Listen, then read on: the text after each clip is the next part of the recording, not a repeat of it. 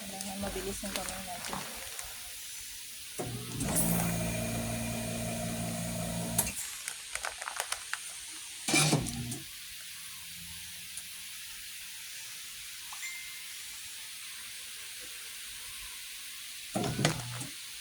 Okay. Thank you guys.